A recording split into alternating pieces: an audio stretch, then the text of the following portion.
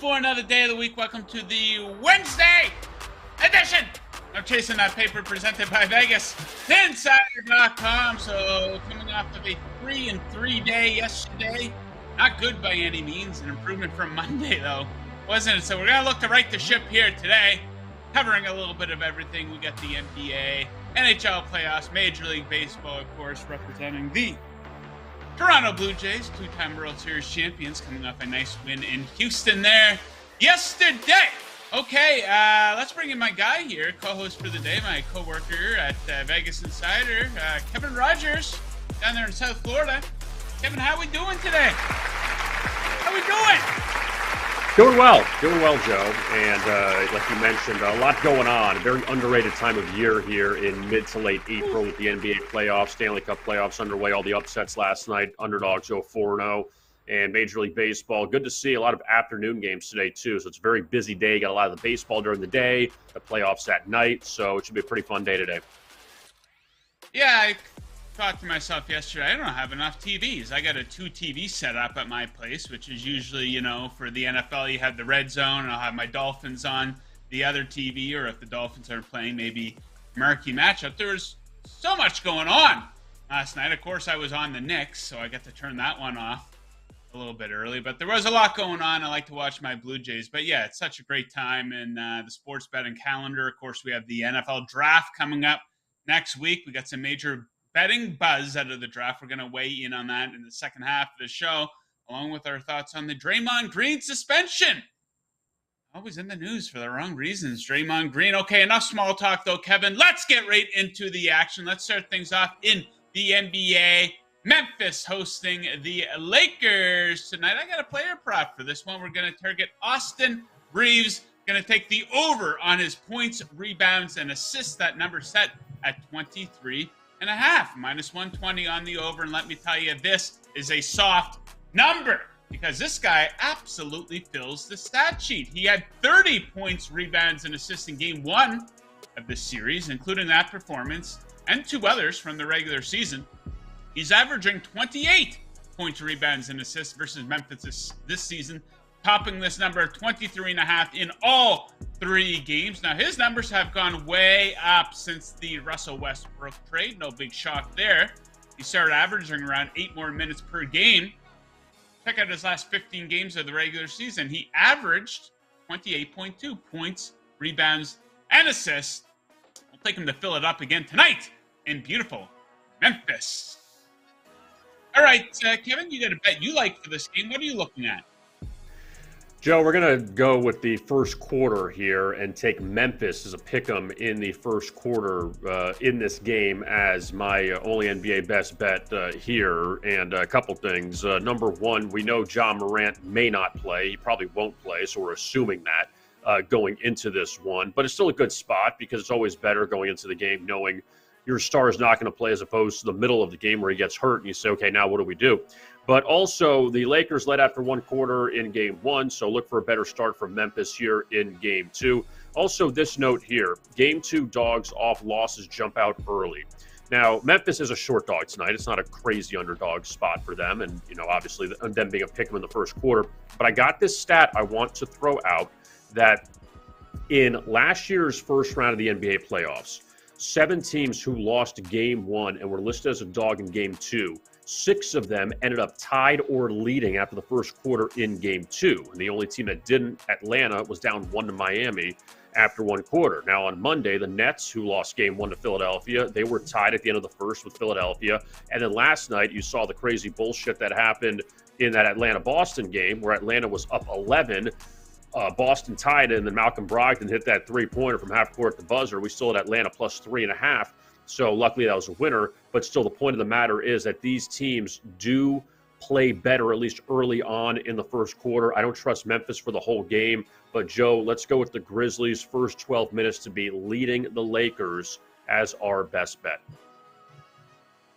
Grizzlies first quarter, there you have it. Okay, off to Denver with the T-Wolves are in 10, game 2 of this series. Another player prop for me. We're going to target Karl Anthony Towns. I like the over on his rebound total, set at 8.5.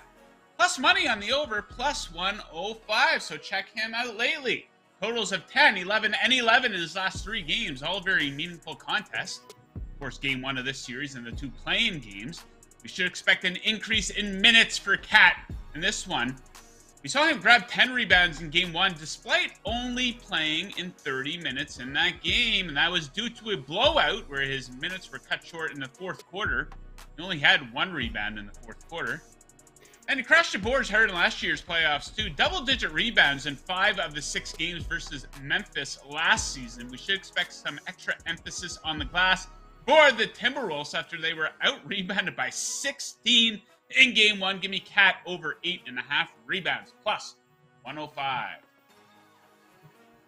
Right over to the ice here now. The Oilers, they completely choked one away there in game 1 versus the Kings. I like them to bounce back here in a big way tonight. I'm going to take Edmonton in regulation, minus 125. So they need a win and the game cannot go to overtime. So you dig into the numbers from that game. I think Edmonton really outplayed the Kings. 9 more high danger chances. Of course, they blew a 3-1 lead inside of 10 minutes remaining in the 3rd period. They outshot them 12-6 in overtime. Just an absolute choke by them, and their fans let them know about it. Now, consecutive home losses are rare for the Oilers. The last time it happened was in mid-February. They don't lose 2 straight very much, regardless of location. They haven't lost 2 straight since late February, whether the games are home or away. And hey, this is a very similar situation to last season. They lost game 1 in their own building in the opening round versus the Kings, and they bounced back in a big way. They beat LA 6-0 in game 2, then 8-2 in game 3. I like them to bounce back here. Oilers in a regulation, minus 125.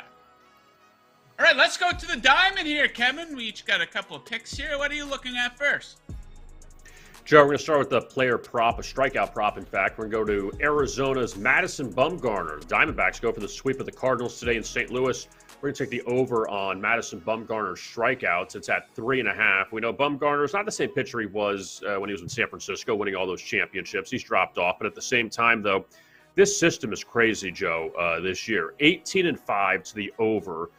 This is what you do, is you back pitchers after they had 1 strikeout or less in their last game. So normally people would think, all right, they struggled, they're going to struggle again. That's not the case. They actually perform better in their next start. And Bumgarner coming off a 1 strikeout performance against the Marlins back last Friday. And we actually had the system hit last night. Dean Kramer of the Orioles, he had 1 strikeout his previous start. Last night against Washington, he had 6 strikeouts and a 4.5 strikeout number. And tonight for Bumgarner, today rather, it's just 3.5. So that's good. Also, the Cardinals have not seen a lot of left-handers recently. First time in 9 games that they're facing a left-handed pitcher. Also, the Cardinals have hit the over on, or actually opposing pitchers when facing the Cardinals are 4-1 to the over when their strikeout prop is at 3.5. So you get that low number. Normally it goes over. The first 2 games of this series, the Cardinals struck out 3 times against Kelly, 3 times against Jameson. So I think that number goes above 3.5. Let's take the over on Madison Bumgarner strikeouts today when Arizona faces St. Louis, Joe. Gardner over. Okay, back to the well for me, back in San Diego, where I will be backing the Atlanta Braves' first 5 innings coming in at minus 125 in this one. And going back to the well on fading Nick Martinez. We've been on this all season, so let's keep it going. He comes into this one with a 5.60 ERA and a sky-high 5th of 6.71. As I pointed out before, he's not meant to be a starter. He'll likely get the boot to the bullpen soon, especially with Joe Musgrove due back here soon. These teams couldn't be any further apart offensively right now. The Braves are red hot. OPS over the last week. First for them, 30th for the Padres. They are ice cold right now. Now, the majority of those games have been at home for San Diego, while the majority have been on the road for the Braves, and they are absolutely raking on the road. 3rd in OPS on the road this season with a league-leading 21 home runs. They also rank 2nd in OPS in innings 1 through 5 on the season, regardless of location. Give me Braves first 5 innings. All right, Kevin, bring it home for us. Your final pick here. What do we got? We're going to do a total for matinee game in Seattle today, Joe. A lot of the excitement in Seattle with the Kraken as they beat the Avalanche last night. But the Mariners, though, trying to avoid the sweep against the Brewers. We're going to take the under between Milwaukee and Seattle in this game today. The first two games, we've seen overs. So you think, oh, maybe they'll go over again. I don't think that's the case. I think it goes backwards today. Your guy, Eric Lauer, taking the mound for the Brewers, Joe, opposite Marco Gonzalez. And first for Eric Lauer in his two victories this year, Milwaukee scored 9 and 11 runs. I don't think that's happening again today. Gonzalez back from paternity leave, and he pitched well in his previous start against Cleveland. Also, Milwaukee facing a left-handed pitcher for the first time since April 8th, and that was St. Louis's Jordan Montgomery. What did he do? He shut out Milwaukee. So I don't think Seattle's going to shut out Milwaukee necessarily today, but I think this could be a 3-2, 4-3 game, something in that range after the two high-scoring games. Milwaukee's been outstanding so far, and this is the last game of the road trip, so it's kind of a let's get out of town here and escape in maybe 2.5 hours. Let's take the under between the Brewers and the Mariners as our top MLB total today, Joe. There we go, in and out with 7 picks just like that. Guys, if you like the show, it's easy to let us know that you like the show. All you have to do is hit that like button right down there. So give that a click right now. If you're in the live chat right now, let us know who you like tonight. The boys in there hacking it up right now, giving out their favorite leans. If you're watching the replay later, hit up the comment section. Let us know what bets you're on. Let us know what you like in the NFL draft as well. We're going to be talking about that momentarily. So if you're looking to get some action in tonight, I recommend getting that action in over at BetMGM, the king of sportsbooks. Let me tell you a little bit about them. Sign up with BetMGM using the promo code VIBONUS and get a first bet offer up to $1,000 paid back in bonus bets if you don't win. That's VIBONUS, all one word, no spaces, for a first bet offer of $1,000 paid back in bonus bets if you don't win. Just use that code VIBONUS. Visit BetMGM.com for terms and conditions. You must be 21 years or older to wager. Offer is for new customers only. BetMGM, the king of sportsbooks.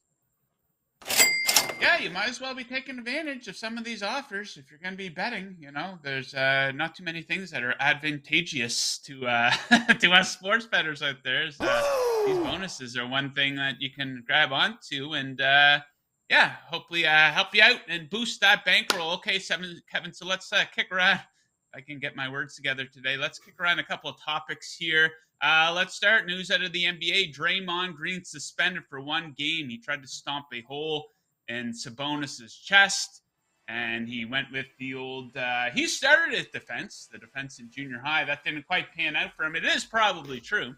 Sabonis did start it. He did grab a hold of his leg, but Draymond added a little bit of extra with that stomp, tried to stomp a hole right through him, and the NBA came out and they're factoring in Draymond's history as a dirty player, kicking Steven Adams and LeBron in the balls.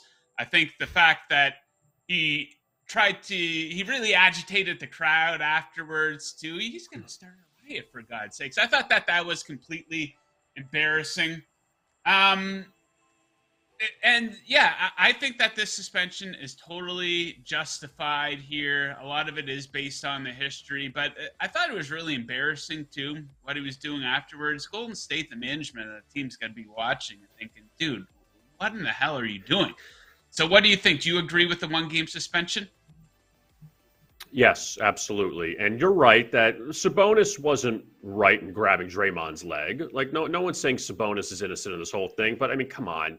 Draymond just can't control himself. After all this time, I feel like anytime he goes up for a layup, everything is and one, I got fouled, all this other stuff. And it's like everything is always a complaint with him. There's always a problem with him, no matter what happens. I know a lot of guys argue in the NBA. We know Luka gets a lot of technicals. There's a lot of players that they're going to complain. It's fine. But, something like this in a big game, you say heat of the moment, but it feels like everything is heat of the moment with Draymond. And he isn't Steph Curry. He isn't Klay Thompson. He isn't these guys that could score 35. He's not even Jordan Poole, where he could score all these points and really be a factor. Yeah, he grabs rebounds. He's a good team guy. But for all that money and all the headache, is it really worth it? That's the question. And even on the flip side, with Golden State now coming home, Joe, they lose the first 2 in Sacramento. We know the Warriors are awful on the road. And now they're going back home. You say maybe this isn't the worst thing in the world. Maybe kind of getting Draymond out for a game.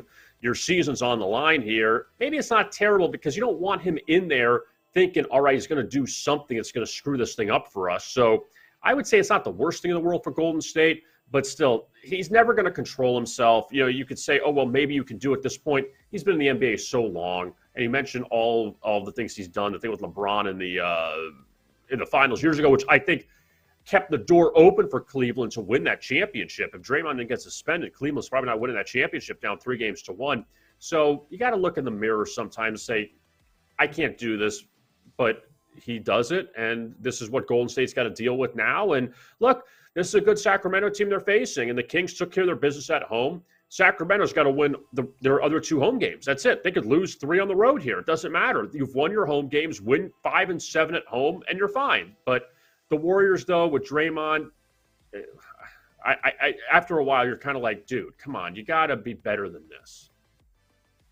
Okay, so the second part of this is, what does this mean for Draymond's future in Golden State? Now, he has a player option going into next year, but apparently he's going to be looking for some sort of extension, which kind of makes sense for a guy his age. And I think he made Golden State's decision very, very easy with this one, especially when you combine it with punching Jordan Poole directly in the face. You know, how long are they going to excuse this behavior? All these incidents combined with declining production, you can get a guy for half the price that's going to give you the exact same production. Now, you know, you talk about the intangibles, the locker room shit and stuff like that. You're not going to be able to replace that, but Draymond Green's looking for big money here.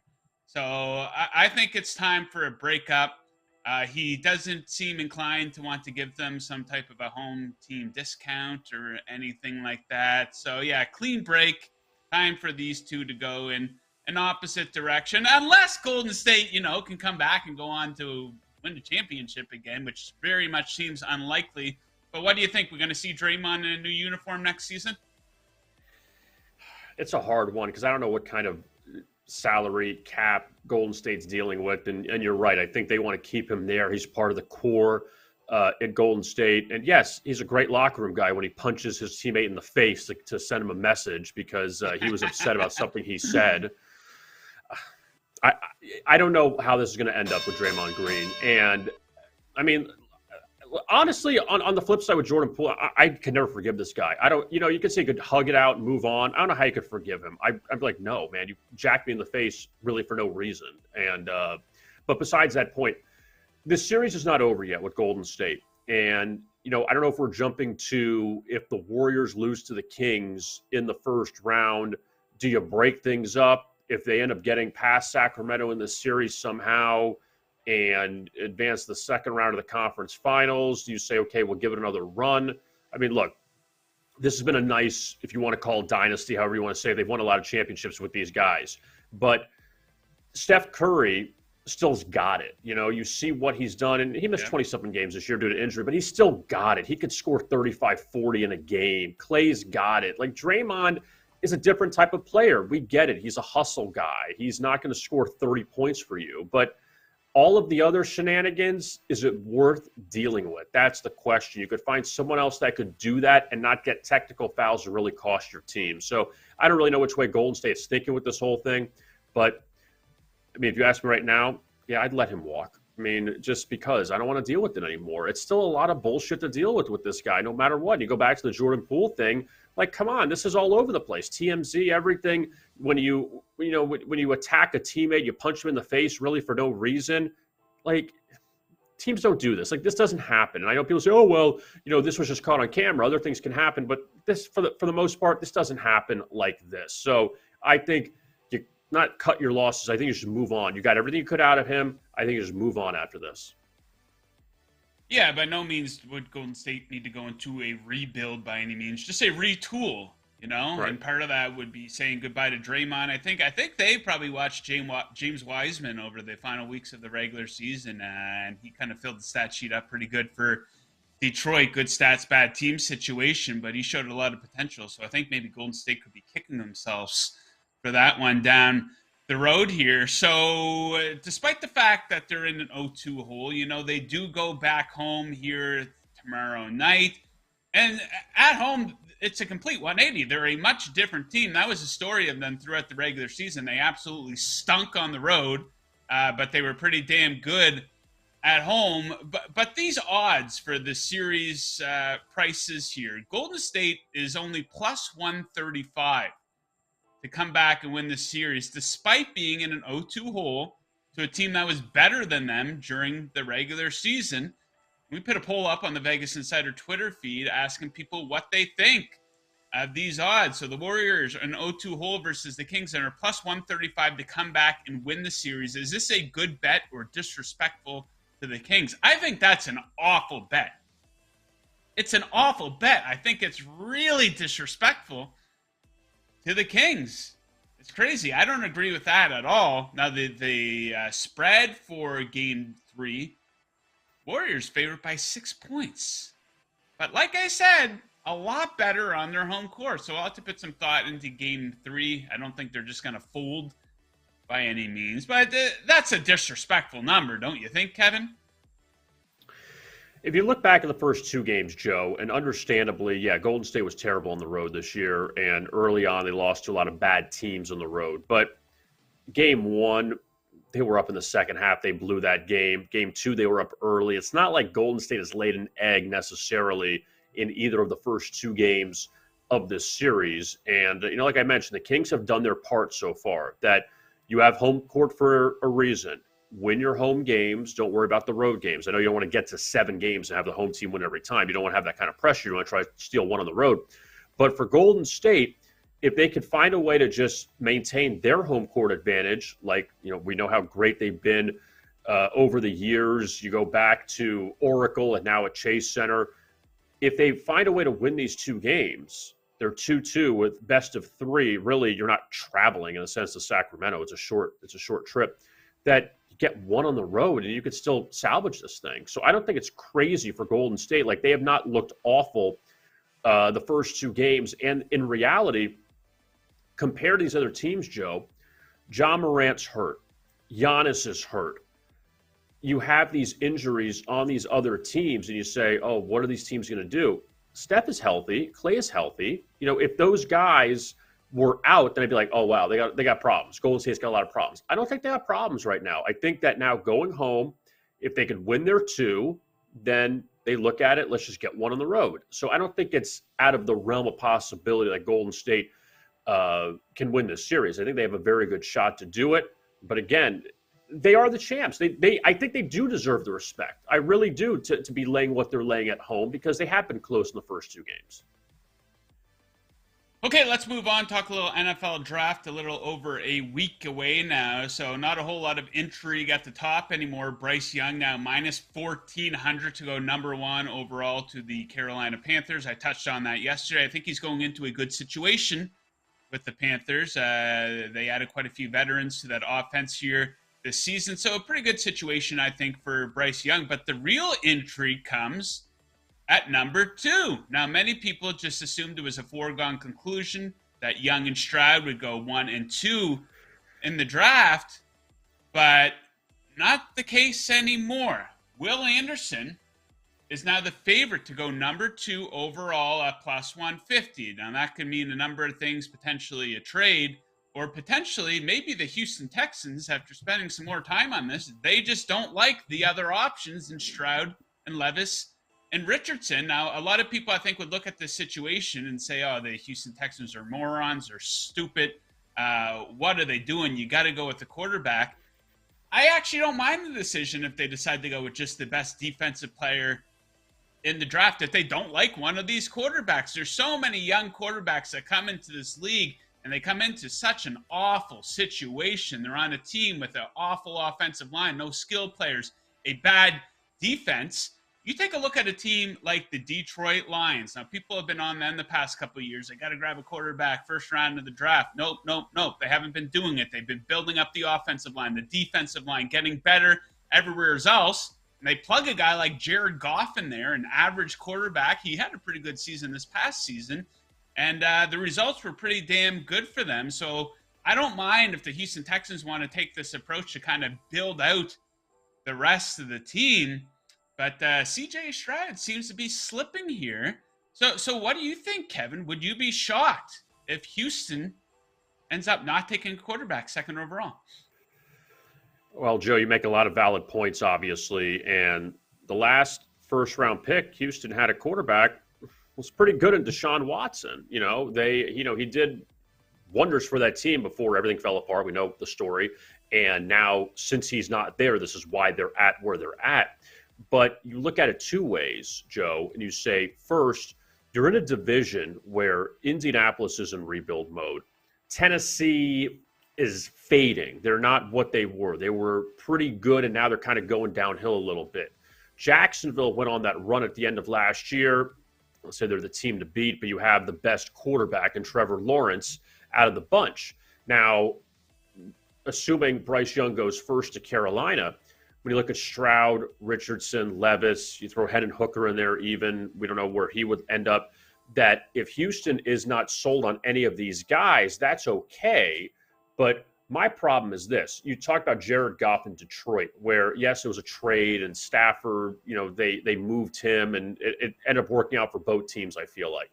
But at least Jared Goff was a starting quarterback in the NFL going to the Lions, where what's Houston's options at quarterback right now if they pass on these quarterbacks here? They're not great. If you had some decent veteran, I'd say, okay, ride it out for a year, wait till next year. But you're also assuming, too, with that thought process, that you're going to be a top 2 or 3 pick again next year. You're going to pretty much, I don't want to say tank the year, but you're pretty much going to be a bad team again. Hope that you get Caleb Williams from USC. If you can get that, if you're in those sweepstakes, that's okay. But now you're basically punting on this year, hoping that's the case. And I do respect the fact that you don't like any of these guys. You go with the best defensive player. But you still got to go through 17 games this year with what your quarterback play. But you're in a division where you have a shot. Everyone does have a shot. It sounds insane to say, but everyone does that. It's not like you are in a division with, if let's just say it was like this past year, we know the Bucs kind of took a step back, but if you were Carolina, you say, well, Tampa Bay is going to win the division anyway, so who cares? Or, if it's Buffalo or the Jets, you say, okay, we're not going to win the division. Buffalo's going to win it. But in this situation, if you get the right guy, you have a chance because there's no one else really great in that division. So I understand where they're coming from, get the best defensive player, but also you still need a quarterback in this league, and Houston's options are limited right now at best. So I don't really know which way they're thinking on this. Hopefully they have a plan if they're going to go defense and save the quarterback for next year. I think maybe they're content with just sticking with the never-ending rebuild there in Houston. A bit of a bum franchise, to be fair. But, hey, if they don't like any of these quarterbacks, grab the best defensive player available. So another storyline that's going to heat up really soon here, Kevin. All things have been a little quiet on the Aaron Rodgers front, but things are going to heat up here really soon. We're going to start to hear a lot more about that. So the clock is ticking here. These teams got to make a deal. And the Packers seem content with standing pat and saying, hey, we're not just going to bend over and hand this guy over, the best player in the history of our franchise. We're not just going to give this guy to you for dollars on the or pennies on the dollar, right? Like, why would they do that? So the Jets are in a very difficult situation because they put all their eggs into one basket with this Aaron Rodgers thing. They're sitting there with Zach Wilson. Who else is in that quarterback room? Let Mike Smith walk. So bad situation for them. Do you think there's a possibility that this doesn't go through, Aaron Rodgers to the Jets? Mike White, excuse me. I said Mike Smith. Mike White is with the Dolphins now. Aaron Rodgers said something when, I don't know if he had the clearance to say it on Pat McAfee, like, I'm going to the Jets, but there's no deal. So what are you saying? That's what I wonder with this guy. We know he's a little bit kooky already, but what was that, a month ago, 6 weeks ago, however long it was ago that he came out with these comments, and nothing's happened yet, that obviously the Green Bay Packers want to make some kind of deal or a king's ransom to New York to get everything they want to unload Aaron Rodgers, who's still under contract with them. But this is a very messy situation. And yes, if when it's all said and done next week at the draft or after that, if the Packers and Jets make this trade, it all doesn't matter. Everything I was said doesn't matter because he's with the Jets and he's gone from Green Bay, so it's okay. But if for whatever reason this thing falls through and he returns to Green Bay this year, this whole thing is so awkward on so many levels because the Jets fans and everyone thinks that, all right, we got our guy, even though Aaron Rodgers at the end of the line, but he's an upgrade from Zach Wilson, that now it's a major disappointment for the Jets, thinking that they have a shot to be a little more relevant this year. And for Green Bay, it's like, oh, shit, now he's got to come back here where he doesn't want to be here anymore. He wants to be in New York. So you would think the Packers would try to get this thing done, but again, behind the scenes, we don't know all the stuff that's going on with all the talks and everything, but you would hope just for everyone's sake that they would get it done because this is really extremely awkward if this falls through. But also, does Aaron Rodgers say, forget it, I'm just going to retire? If for some reason the deal doesn't go through and be like, I don't want to play with the Packers anymore, let me just walk. There's a lot of money he's leaving on the table. But that's where this all kind of comes through. I feel like he opened his mouth a little too early, and now it's like, okay, we're all expecting this to happen, but nothing's happening yet. So be curious to see maybe next week when the draft happens, if all of this comes together. Yeah, I think the NFL would look at the NBA, and one of the big stains on the NBA is that a player who's under contract, Kevin Durant, can say, I want to be traded to the Phoenix Suns. So they trade him to the Suns. James Harden, who is under contract, says, I want to be traded to the Nets. Gets traded to the Nets, doesn't like it there. Gets traded to the Sixers where he wants to go. We saw Anthony Davis under contract say, I want to get traded to the Lakers and the Lakers only. That is a stain on the NBA. So I'm going to be thinking these NFL owners and stuff, they see stuff like this. It's not a good look. Because if it starts with Rodgers, we kind of saw the league. It was the most backward situation. Deshaun Watson, things couldn't have worked out any better for him, despite the fact that he a gigantic creep, all those accusations and whatnot, but he was under contract and he basically got to choose where he wanted to go. And it was not a good look. He ends up getting that contract. It kind of resets the entire market. It screwed up the Lamar Jackson situation and whatnot. But yeah, I got to think the NFL doesn't like just a player being under contract saying, I want to be traded to this team and this team only. The Jets put all their eggs into one basket. That could really, really, really backfire on them. Now, what would happen? Aaron Rodgers is a guy who's been known to change his mind. What if the Packers, who look like they're ready to take a step back a little bit and maybe go into a bit of a rebuild, but what do they say? Rodgers has a change of heart. And they say, okay, we can go ahead and get DeAndre Hopkins. They think their defense is pretty good there in Green Bay. I don't. But that's still a division where they can be competitive. I mean, there's no doubt about it. So, yeah, I wouldn't be surprised if he doesn't end up on the Jets. For comedy reasons, I would find that quite funny. Okay, guys, let me tell you a little bit about the Vegas Insider app. It gives you all the major sports betting odds at your fingertips, along with picks and expert breakdowns. If you want more Vegas Insider content like our shows, videos, and podcasts, you can find it all on the app in the media section. Download the Vegas Insider app on Apple or Android. Bet better with the Vegas Insider app. Yeah! All right, Kevin, watching a little NHL last night. A 4-0 sweep for underdogs. You touched on that off the top of the show. And, of course, those damn Toronto Maple Leafs, right? I should have known. I don't know why I just didn't blindly bet Tampa Bay as an underdog in that one. I was really kicking myself for that. Toronto Maple Leafs are one of these teams. If they don't get off to a good start, they're absolutely toast. I think this series is over. You can take Tampa Bay minus 140. They've been to 3 straight Stanley Cups. You can take Tampa Bay minus 140 to win this series. The Toronto Maple Leafs have the weight of the world on their shoulders. And getting off to a good start, whether it be in the series or a game, is absolutely imperative. Talked about it yesterday. They haven't won a Stanley Cup since 1967, despite being probably the premier franchise in the NFL. Just the weight of the world on their shoulders. It's kind of like the New York Yankees. The Yankees, they made the playoffs 10 seasons out of the last 12 or whatever and have absolutely nothing to show for it, not even a World Series appearance.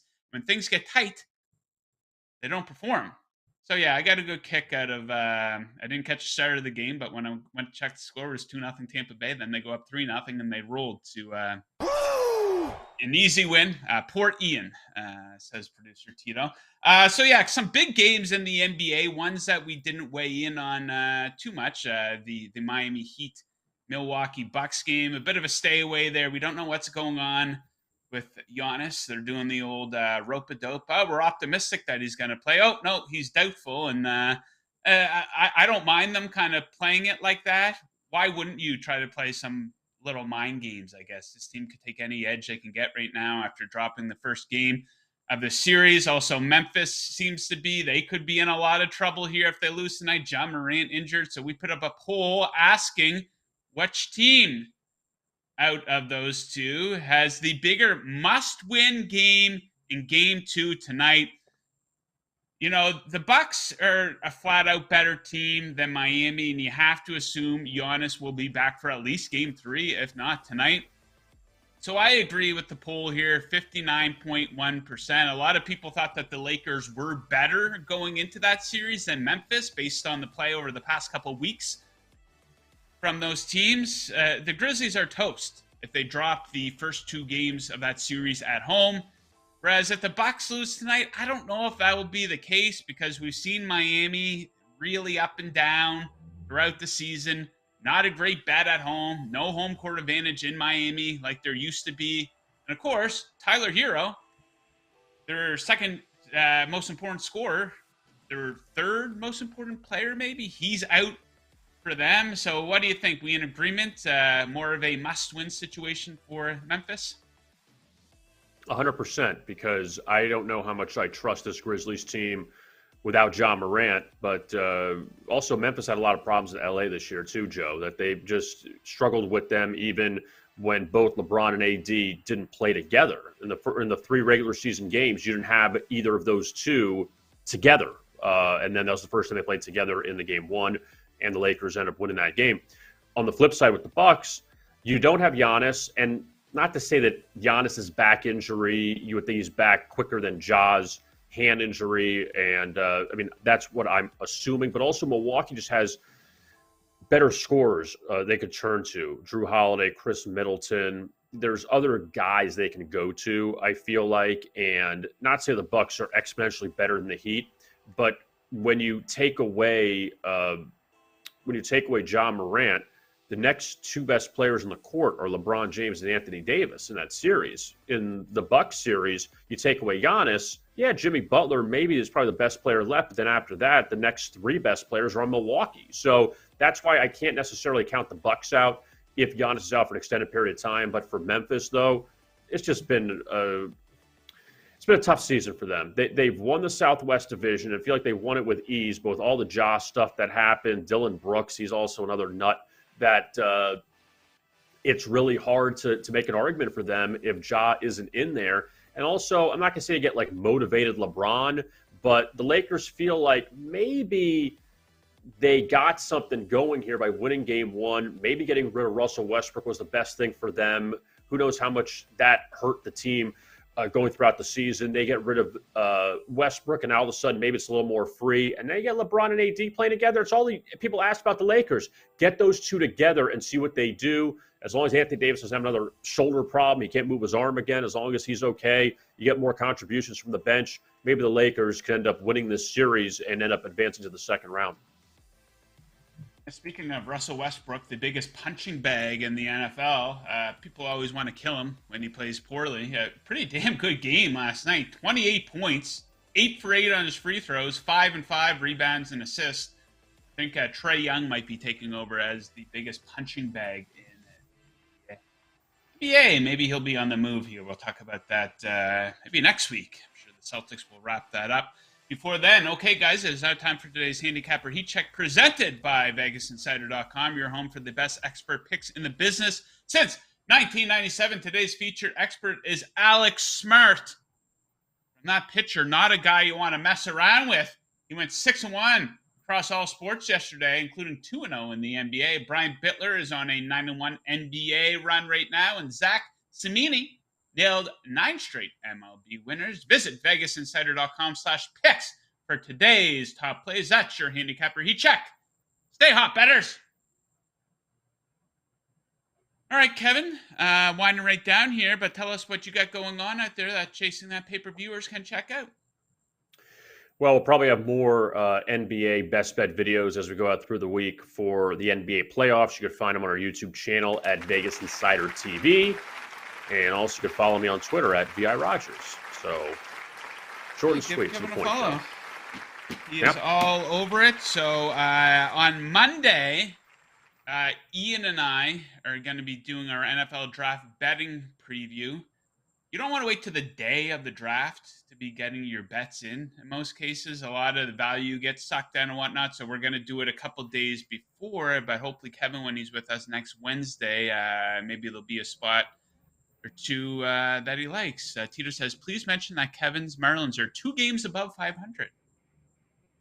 There you go, Kevin. Are you pretty optimistic about your Marlins here? Is it a real buzz in South Beach here with the Marlins or what? There's no buzz, but my cousin Trevor Rogers is on the mound today against the Giants, so we'll see how that goes. I always root for him. But is there a buzz? No, there won't be a buzz at all, considering the Panthers and Heat are in the playoffs right now, and the Marlins are just underway. So, that stadium any good? I've been there one time when it opened, and it's a beautiful stadium. It's like watching arena baseball when you're inside a dome. Beautiful stadium, but I don't live close to that location. That's where the old Orange Bowl was, where the Hurricanes played. But it's nice. I was there in 2011, I think, see the Dodgers play when Hanley Ramirez was still playing. But no, it's a great stadium. It's really nice. You don't have rain delays, which is good. You have the retractable roof, but I've not been there in a hot minute. Can't really draw attendance there, but pretty cheap tickets. I was going to go down one time, and I think like a couple rows back from the dugout, there were $50 tickets, not even, something along those lines. So cheap tickets in Miami if you want to go watch some young players on a team that's 2 games above 500. So shout out to the Miami Marlins. Okay, so that does it for today. Ian will be with me tomorrow. Of course, we'll be all over the NBA, NHL, and Major League Baseball. I'm also going to have a list, my top 5 players that should demand a trade. So make sure you check us out then. That does it for today. We thank Kevin for joining us. We thank producer Tito for producing. We thank you, dear viewer, for checking us out. Best of luck with your bets tonight. Unless, of course, you are fading us. And as always, keep chasing that paper. Yeah!